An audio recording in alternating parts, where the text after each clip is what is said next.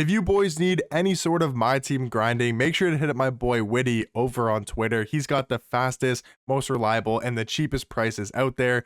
You guys don't want to miss out. In this video, I'm going to be ranking the top 10 best cards right now in NBA 2K25 My Team, giving you guys who I think are the best cards in this game, the top 10 at every single position, obviously included in this top 10.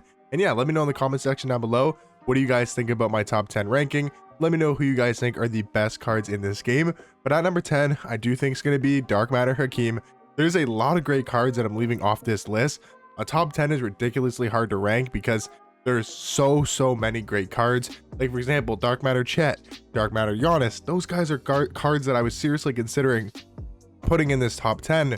But there's just so many great options. But I think Hakeem Olajuwon does crack that top 10. I really like him at the power forward position. 7 foot, 7'3" wingspan. He is a very good defensive card, like one of the best defenders in this game. And I think he's got good speed, good agility for a center and power forward card. Has a great jump shot with that Vucevic base, DeMarcus Cousins upper on very quick timing. So a great jump shot on Hakeem Olajuwon, great defender, good inside score, really good Hall of Fame defensive finishing, and really good Hall of Fame defensive badges. There's some other cards, like I said, Chet, Giannis, that I think could be considered for this 10th spot, but I do like Hakeem a little bit more than those cards. Number 9 is Dark Matter LeBron. Now this one might be a little bit of a shocker and maybe a little bit too high for a lot of people, but I'm very biased with LeBron. I love LeBron in real life. I love his cards in my team. I think he's always better than maybe some people would think of LeBron cards, but I do think he's still really good. One of the best small forwards in this game. 6'9" at small forward, 7 foot wingspan. I still think because of LeBron's animations and just how godly he plays in game, I think he's one of the best on-ball defenders in this game. I mean, he has almost every single Hall of Fame defensive badge, only missing box out beast, challenger, and pick dodger. So pretty much all the ones you need besides challenger. His defensive stats are great.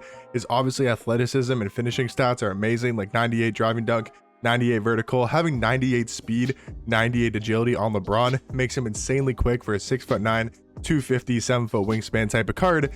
And then he's also got a great jump shot. Like the LeBron jump shot for me is always one of my favorite jump shots in this game. His dribble sigs I think are probably the biggest flaws about this card. He really doesn't have insanely good movement, but I don't think it's that bad to the point where you can't put LeBron as a top 10 card. For me personally, I think he's the best small forward in the game. So I think if he's the best card at that position, he's got to be somewhere in this top 10. I do have him at number 9. Number 8 is going to be, I think, the second best point guard in this game in Dark Matter Gary Payton. There's only one card better, and I think you guys can probably guess who that is, but Gary Payton is so good. 6'4" point guard, 6'7" wingspan. The defense is top tier for Gary Payton. I mean, one of the best on-ball defending point guards in this game. 99 steal, 99 perimeter. Really good Hall of Fame defensive badges. 95 interior defense as well on a point guard card. Really nice to have. He's got great agility, great speed. This card can dunk the ball very nicely. He's got great slashing ability. But the thing about this card that really makes Gary Payton one of the best point guards in this game is that new jump shot they gave him. They gave him the Kyle Lowry base, Colin Sexton upper on quick timing, and it's actually a very good jump shot. One of my favorite point guard jump shots in this game. And he's got solid dribble sigs as well. Devin Booker dribble style, James Harden escape, Paul George size up, all very solid dribble sigs. And I think it makes Gary Payton one of the best point guards. I think number 2 in this game, and I think the 8th best overall card.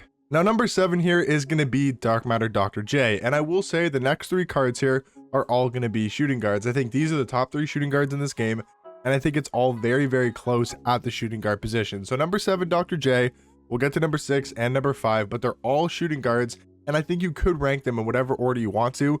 For me, they're like 1A, 1B, 1C. I think they're all that close and all that amazing at the shooting guard position. But Dark Matter Dr. J at number 7 here, 6'7" shooting guard, 6'11" wingspan. The thing about Dr. J is he's just got one of my favorite jump shots in this game. Even though it's on normal timing, I still think it's a great release. His dribble sigs aren't amazing, but I think they're good enough where he can create space, he can be your main ball handler, and that jump shot really does carry this card. Also having a 99 driving dunk, he is virtually unstoppable at going to the rim, but so is the card at number 6. We have the 100 overall Vince Carter, and talking about being unstoppable slashing to the rim, Vince Carter gets insanely good dunk animations. He's a 100 overall card version, and you might be wondering why is he super low on this list. That just goes to show how many great cards there are in this game. But like I said, number 5, number 6, number 7, I think can be all interchangeable. However you do want to rank that, I think it's definitely a fair opinion, a very fair argument for that shooting guard position. Because yes, Vince Carter does have 30 Hall of Fame badges. He's got basically 99 every single stat. And he's also got a great jump shot. Patty Mills base, Oscar upper, on quick timing. I think the movement could have been a little bit better, like the amp behind the back I'm not the biggest fan of. I think he's got solid movement in game. He's got a great jump shot. Like I mentioned, one of the best slashing shooting guards in this game. But for me, the slight reason why I have number 5 as Dark Matter Ron Artest is because personally I like his jump shot more. Just from using this card, I like his release more than Vince Carter's, and I also think his defense is not a lot better, but I think he's a better defensive card. If we take a look at the badges, you know, Vince Carter obviously has tons of good Hall of Fame defensive badges as well, but the difference to me is the player model. The player model for Ron Artest is a lot better than Vince Carter. He's also an inch taller, which isn't a huge difference, and has 2 inches on the wingspan. Not a huge difference, but I still feel like his player model is a lot better. He's got a 95 on-ball steal tendency. Vince Carter only a 64, and it's maybe not a huge deal, but I think it does matter quite a bit, the tendencies in game. So I think tendencies wise, Ron Artest is a little bit better, especially a lot better on the on-ball steal, which I think makes him the better on-ball defender. And I just absolutely love this jump shot, the full space, Rudy Gay upper, on very quick. One of my favorite jump shots in this game, and I think because of his defense being a little bit better than Vince's, I have Ron Artest as the 5th best card in this game. But like I said, I think Vince Carter, I think Dr. J, these 3 could all be in whatever which order you guys want. For me, I got Ron Artest 5, Vince Carter 6, and Dr. J number 7. Now number 4, this is where we get to the insanely glitchy cards, and I think is a pretty clear consensus top 4 cards in the game. Victor Wembanyama, 7'4" center, 7'8" wingspan. I mean, it's Victor, man. He is so incredibly overpowered. He can shoot over the top of anybody with a great jump shot, and being that tall, he's basically uncontestable. His defense is some of the best in the game. He's unstoppable underneath the basket and around the rim. Crazy good layup, crazy good dunk animations. It's really hard to get better than Victor Wembanyama, unless we're talking about these glitchy 100 overall cards. Now, the next 3 are going to be all 100 overall cards, so they're all similar in a sense because they're going to have 99 every single stat. They're going to have basically every single Hall of Fame badge in the game. And that's what I mean. Like, that's the difference between Kristaps and Wemby, and why I think Kristaps is a little bit better, just because, you know, 85 speed compared to 98 speed is a huge difference. A lot more agility, a lot more vertical, and a lot more strength on a card like Kristaps, while also having like better defensive stats on the perimeter and steal. Maybe Wemby gets better block animations. He's a little bit taller and a lot bigger of a wingspan, but still, I think Kristaps overall is a better card. He's got a jump shot on very quick. He's got a little bit more movement with better dribble sigs, but I think you could argue maybe Kristaps being a little bit worse than Wemby, but these cards are both insanely overpowered, and I do think Kristaps is the 3rd best card in this game. Now number 2 is going to be 100 overall version of Michael Jordan, 6'6" point guard, 6'11" wingspan. I think he's easily the most fun card in this game. That Matt Ryan base, Cal Korver upper, on very quick.